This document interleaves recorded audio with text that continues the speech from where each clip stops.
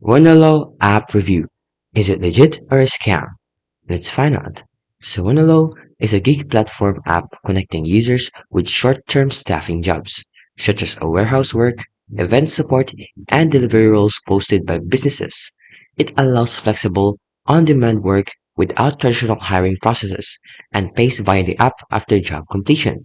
So here are its legit features and why it's real. It offers real product with corporate backing. So it started as a Coca-Cola internal innovation and has been operating since 2014. They also have some positive feedbacks of workers.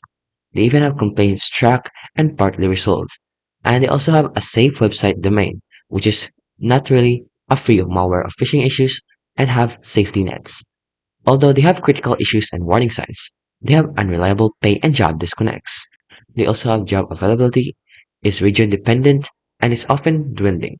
They also support and account appeals failure. They have a company policy controversies as well, where gig workers' misclassification lawsuits are pending. And they also have a poor average user rating, Trustpilot rating of 2.8, and PIST consumer rating of 2.1.